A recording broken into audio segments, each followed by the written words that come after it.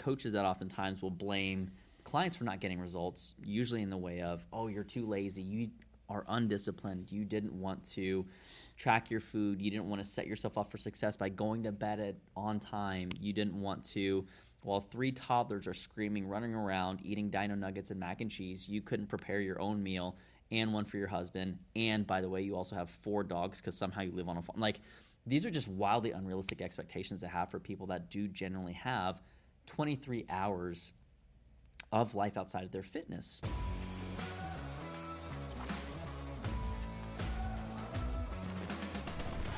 Andrew, Mr.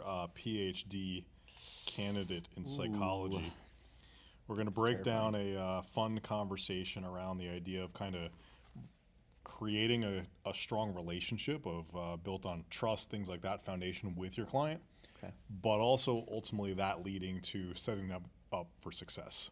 And I joke, I'm like, man, I gotta word it appropriately. Like, a relationship with your client, clearly that could go south in the wrong way. So you shouldn't have any relationships with your clients. But to be fair, that's how I met my wife. So I was going to say, I feel like everyone in the industry that's married has met their significant other, whether it's by working in close proximity or working in close proximity after hours. You know, it's a client thing. Yeah, it is. But we're not talking about that today. We're talking about setting your clients up for success by building a relationship that's founded in trust and communication. Okay? Yeah.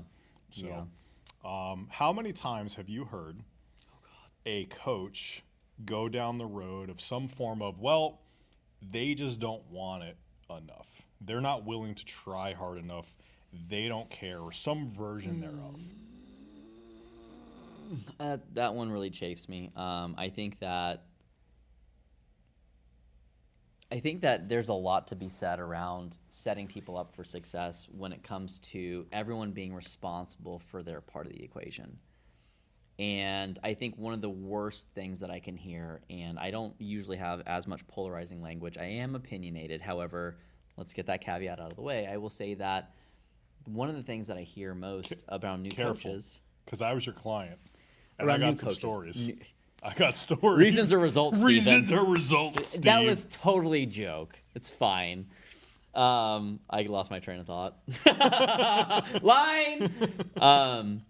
But no, and so now I'm nervous. It's fine. But on the surface, I look calm and ready to drop bombs. It's fine. But yeah, so one of the worst things that I hear, new coaches that aren't equipped, and I say this because by and large, you can learn just about anything as a skill set. It might take you a very long time to be okay at it. And so this is when we look at the path of least resistance, how people pick their careers, how people pick their partners, how people pick a lot of things in life is oftentimes what is easiest to accumulate or to adopt. Yep. And from that perspective, coaches that oftentimes will blame clients for not getting results, usually in the way of, oh, you're too lazy, you are undisciplined, you didn't want to track your food, you didn't want to set yourself up for success by going to bed on time, you didn't want to, while 3 toddlers are screaming, running around, eating dino nuggets and mac and cheese, you couldn't prepare your own meal and one for your husband, and by the way, you also have 4 dogs because somehow you live on a farm. Like, these are just wildly unrealistic expectations to have for people that do generally have 23 hours of life outside of their fitness. And when you think about how you spend your time in a day. So when we hear people are too lazy, I hope that all these crazy types of exaggerated examples that oftentimes are very realistic when people are working 2 jobs and not getting enough sleep, or they work night shift and they're not getting the fitness results and they get frustrated, and the client or the coach usually says, hey, you're the problem, lacks complete emotional intelligence. And one thing I'll share, so like, you're a coach right now and you're probably asking yourself on some level, do I do this? Have I done this? And listen, if we're in the coaching space, at some point in time, we've all done it. Mm-hmm. Like, just 100%. Call a spade there. But that said, when it comes to you as a coach, think about your business mentor, right? You know, are there people out there that they basically tell you, just try hard, or do the boring work, do the thing that you're supposed to be doing, and you're not doing it, and that's the reason you're failing? That's what it feels like, right? Because chances are you spent $5,000, $15,000, $25,000 on a program, and then that coach at some point in time basically told you in some way, shape, or form, just try harder. Imagine how that felt, and then think about that feeling for all of your clients that you're coaching, and just start to understand that, where like, I'm trying, but I don't understand. Yeah. I thought I did well, but I didn't do well.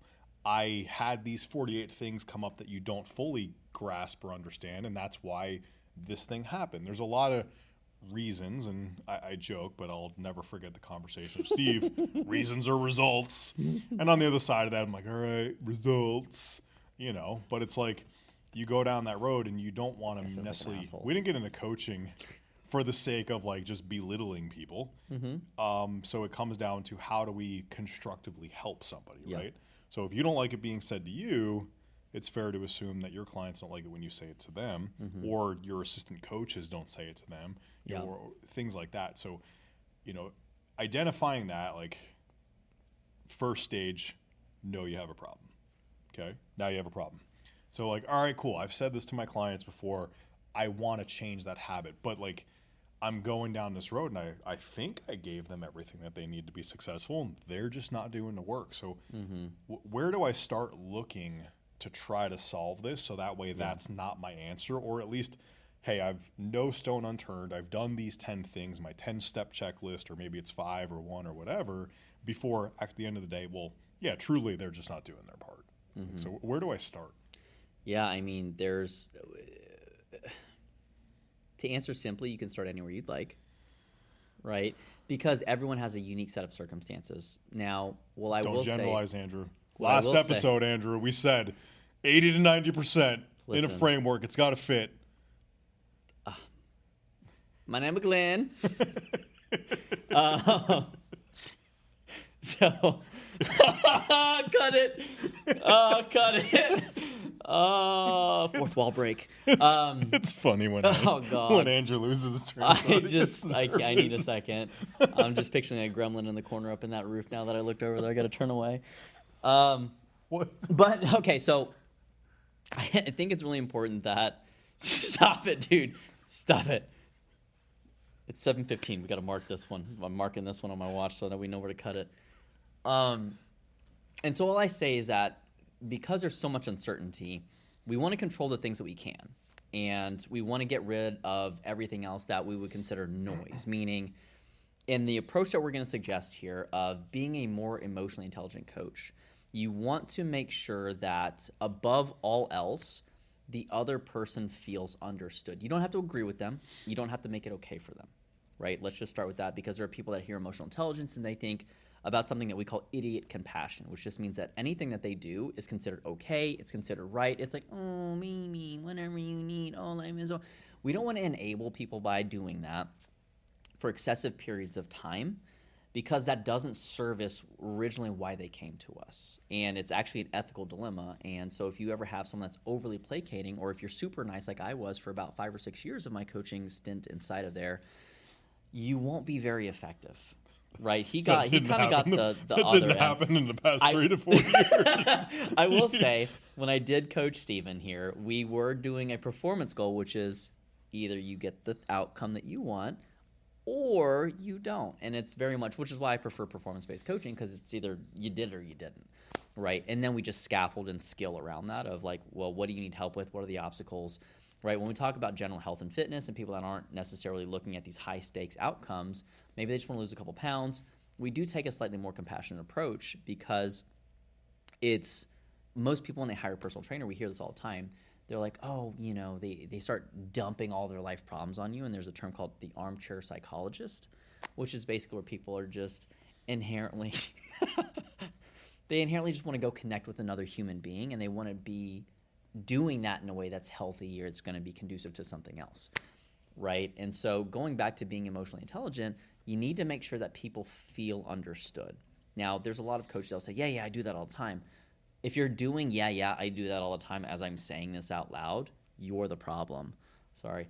Or you want to think about it, because what's not happening is that you might not be allowing or demonstrating to the other person that you truly understand their concerns. And if people don't feel understood, their receptiveness to taking on new information or doing things is going to decrease drastically. So when coaches now, on the other hand, will say, hey, you're too lazy or you don't want it, what that's lacking is that compassion. What it's lacking is an understanding of that person's perceived circumstances. And what that does is immediately shuts down and it creates a confrontational type of relationship, which realistically, like if someone's going to berate me or belittle me or make it seem like they don't have my back, why would I ever do anything that's potentially very uncomfortable physically, mentally, or emotionally for them? It wouldn't make, even if I'm paying them. And so that's where I think we should probably start any coaching relationship, is just a level set. Understand the situation, which is what you do during a consultation when you're trying to provide value, make them feel understood.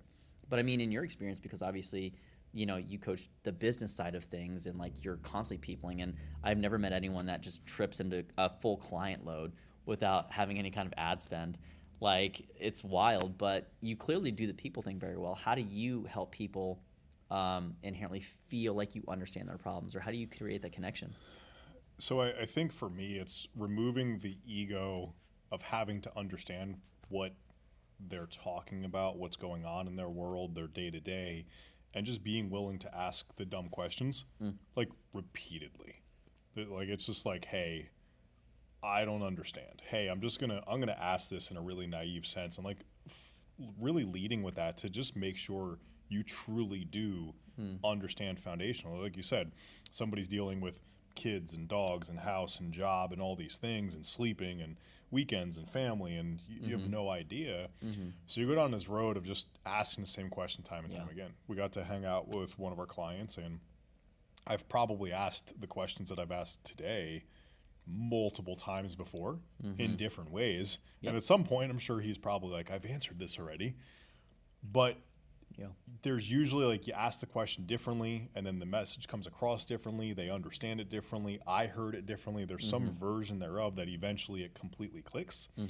And now you can then deliver the feedback or the answer that they need, you want them to hear, whatever it might be, in such a way that it now kind of solves all of the problems at hand, whereas before you were just missing something. So for me, it does come down to, I'll just keep asking the questions. Usually, like, I'm not going to, why?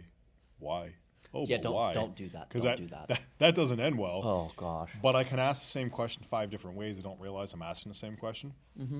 And I can start to truly understand all the pieces, or I can hit a different nerve, if you will, and they tell me a different piece of the puzzle that I'm not necessarily seeing. Yeah. And that allows me to now, like, okay, here's how I can navigate getting them to do the thing that they need to do, because I know it's going to be good for them, or at least it helps get us an additional piece of data. And I feel like a lot of coaches in general, like coaching as a whole, like no matter what the industry is, you're afraid to look dumb. So you're afraid to ask questions that potentially make you look dumb, because you're like, well, I already asked this 3 times, but I still don't understand. Like, we'll ask a 4th time, ask a 5th time. Like, you suck at asking questions if you still don't understand what the answer to the question was. Yeah. In the nicest way possible. So for me, that's really the goal, is just like, I just need to understand. I'm relentlessly going to ask why in a question-oriented way to find the real answer, because then eventually I can deliver what you should do in the right way that you'll hear it. Yeah, yeah. And I love that you use a little bit of the perspective / framing shift there of how do you it's a dumb question, right? And so automatically it creates a sense of like, oh, no, it's not dumb, right? And it creates that almost a little bit of a pull on their end of like, oh, no, how can I make you feel better about it? And it bases a lot of basic human emotion off of that, and really emotionally intelligent. And I think that also from a frame shift perspective, or just controlling or trying to understand someone's perspective, going back to and kind of tying this in with that, there's a great story about an elephant, and it has a really big trunk. Not that that matters. And there's 6 blind guys, and they've never seen an elephant in their life. And so I don't know about you, but if I picture 6 blind guys going to the zoo and they're like, hey, we're gonna have you touch this really massive animal, and we want you to be able to describe it immediately, I think this is a great scene for Adam Sandler and like that group of comedians to make a movie. If you're listening somehow, please make that movie. But they so anyway, the story goes, and it's probably a couple hundred years old. They show up to the zoo, and these guys are touching different parts of the elephant. There's 6 of them. One is holding the trunk, one is holding the ears, the legs, the stomach, the tail, and the tusks. You thought I was going to somewhere like you nasty, right? And so You're as they're you. going through this, they're being told to describe it after they stop touching it. And the first guy that's holding the trunk says, "Oh, well, it has to be a snake." And naturally, they don't really know how to describe because they've never seen one.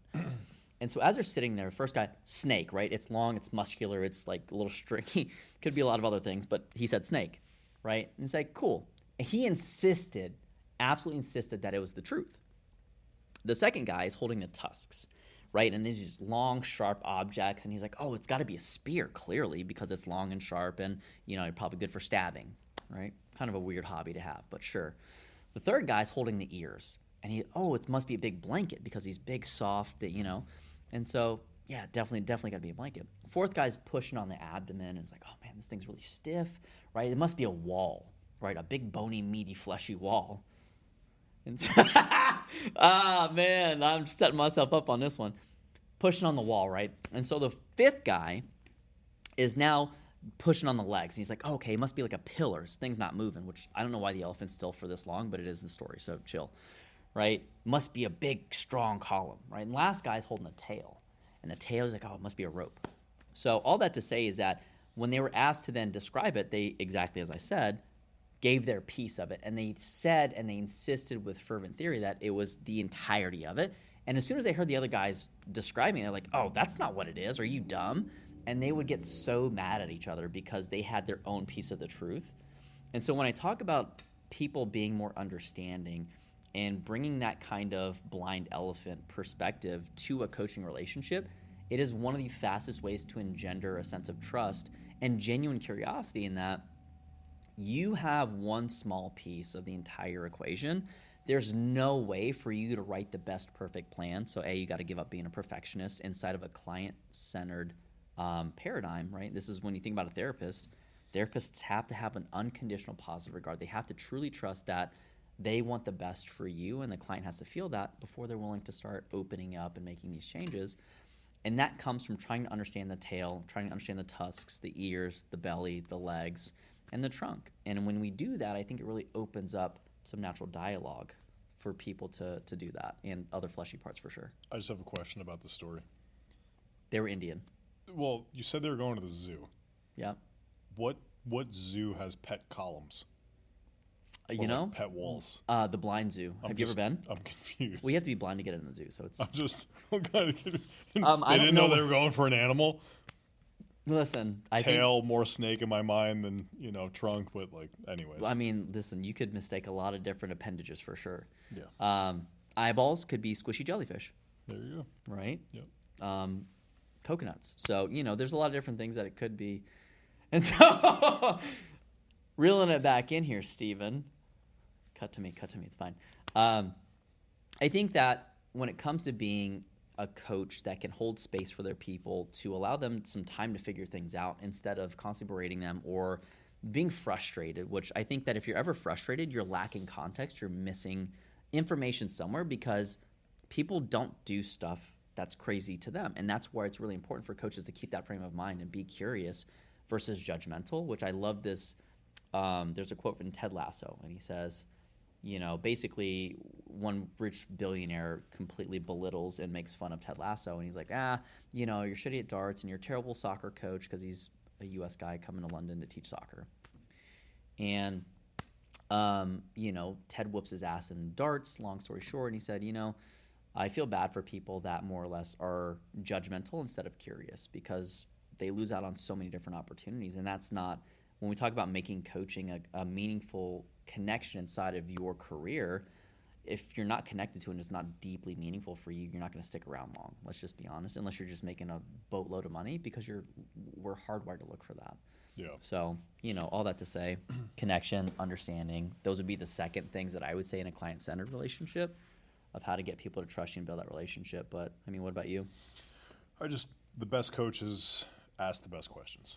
Ultimately, at the end of the day, I think people who show up all the time and always know the answer are missing out on a lot of opportunity to get somebody to learn something. Yeah. And we know that as much as we want a coaching relationship to last indefinitely forever, That's not realistic. So how do we get them to learn and understand some of the basic principles? We need to ask questions to get them to self-solve and self-understand things. Yeah. You're there to answer questions when they don't know the answer. You're there to help guide them. You're there to give them A, B options, so that way it's not A through Z and they, just get confused with all the opportunities. But the best coaches ask the best questions. The best coaches are not afraid to potentially appear dumb and ask the dumb questions. And the more you can simplify something, the better off you're going to be, because now you absolutely know that you're both talking the exact same language. Because we innately all say different words for different things. And that a lot of times is just what causes confusion out of the gates. So. Yeah. Well, I mean, how do you, obviously question asking is a large portion of what we're both suggesting. How do you select which questions you draw their attention to? Because I'm sure that you would agree, if you ask the wrong question, you can completely derail everything that you walked in and are trying to achieve, much like we've seen a little bit today. How would you suggest that people go in there and effectively help steer the conversation by picking the right question? So we're all a little bit biased just as humans, and we think certain ways, which is going to influence the questions that we ask. But for you, going down the road of coaching and whatnot, and especially kind of health, nutrition, fitness out of the gates, it's generalized things that I would start off with that are as unbiased as possible. Yeah. Hey, do you work out consistently? Yes. Fantastic. Hey, what does working out consistently look like? How many days a week? Oh, okay, cool. When you go 3 days a week, how many minutes do you work out every time you go? Oh, okay. And you just, you continue, you start high and just really dig down deeper and deeper each time. Because if you go down the road of, well, hey, I recommend everybody works out at least 4 hours, a week and split up in 5 sessions a week and everything like that. Do you do that? Yes or no? No. Well, maybe they worked out 6 hours a week in 6 sessions a week and they accidentally worked out more, or they accidentally worked out less and they just, no, I don't do that specifically. Well, hey, do you work out? Yeah. Hey. Yeah. And just keep going down those levels. Yeah. I think that starting from the big picture and drilling down, there's a lot of things that you could pay attention to.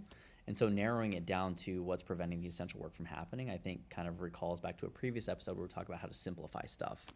And if people, could be doing a gut, colon, toe cleanse, and they at the same time could be doing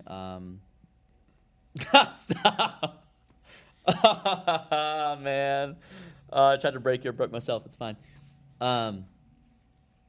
But there's so many different things that people could be engaged in from a behavior perspective. Do you need to walk 10,000 steps a day? Do you need to walk 20,000 steps a day? Do you need to drink 48 ounces of water? Do you need to drink 86, 64? Like, there's so many different decision-making trees that at the end of the day, rather than being specific about it, starting from general, like drink, half your body weight, start there, or drink more is ideally what you would do from starting wherever they are. If they're drinking, 10 ounces, maybe go to 12 instead of saying, here's a blanket statement.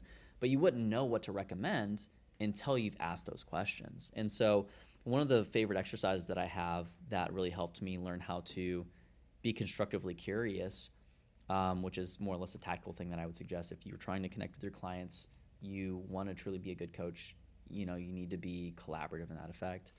But go through the 5 W's, who, what, when, where, why. And then if you want to add the bonus of the 6th, how, and ask the same question using each of those. That's 5 W's and 1 H. That one. Yeah, not right. 6. There's a letter in there. I'm barely literate, guys. Chill. And so when you think about it, though, like, one would be if we wanted to talk about your nutrition, which, if you haven't taken our nutrition course yet, you need to go and check it out. Why?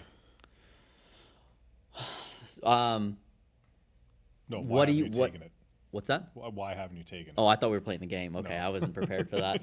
I was like, okay, action, scene. Done. Doing some improv. But, I mean, that would be a great question of, like, why have you not taken it would be one way of asking, with the idea that we want to steer people towards taking the course, right? Another would be, well, what's stopping you? You going to give me reasons, or do you actually want to get some results? You should take the course. That's a expert advanced level, because there's no W in that. Yeah. Right? When we talk about what's stopping you from taking the course, why have you not taken the course yet? When are you planning on taking the course? They're all things that are looking at, when are you looking to experience this specific educational offering? And we're asking the same thing, but there might be different contexts that we want to ask in those different ways. that make us more effective in helping people give us the answer in a way that we can actually digest. And it's the same thing with your clients. And one of my favorite things to do for those of you, and this is one of my last tactics for this episode, is that when someone asks you a question, and this is probably one of the best things that anyone can do as a communicator, if they ask it in a way that you don't understand, you can ask them to ask the question in a different way, right? And it's okay to say when you don't understand things. And I think that that level set honestly engenders such a different sense of trust inside of people that, oh, okay, he actually cares enough to take some time to try to understand what I'm asking. Now, if you're kind of doing that like 4 times, then that gets a little gratuitous. You know, people get a little annoyed sometimes, so you got to just be sensitive to that. We But should test the water tomorrow to see how many times we can do it before we irritate people. oh, that's fair. That's fair. So all that to say, thank you so much, guys, for giving us your attention on the episode today. If you haven't smashed that subscribe button, you definitely want to make sure that you're staying up to date because we have a lot of great episodes in this season that we're really excited to bring you. So in the meantime, thanks for tuning in to Beyond the Pump, where we break down the business of fitness and nutrition. just See the you guys tips, next baby. time.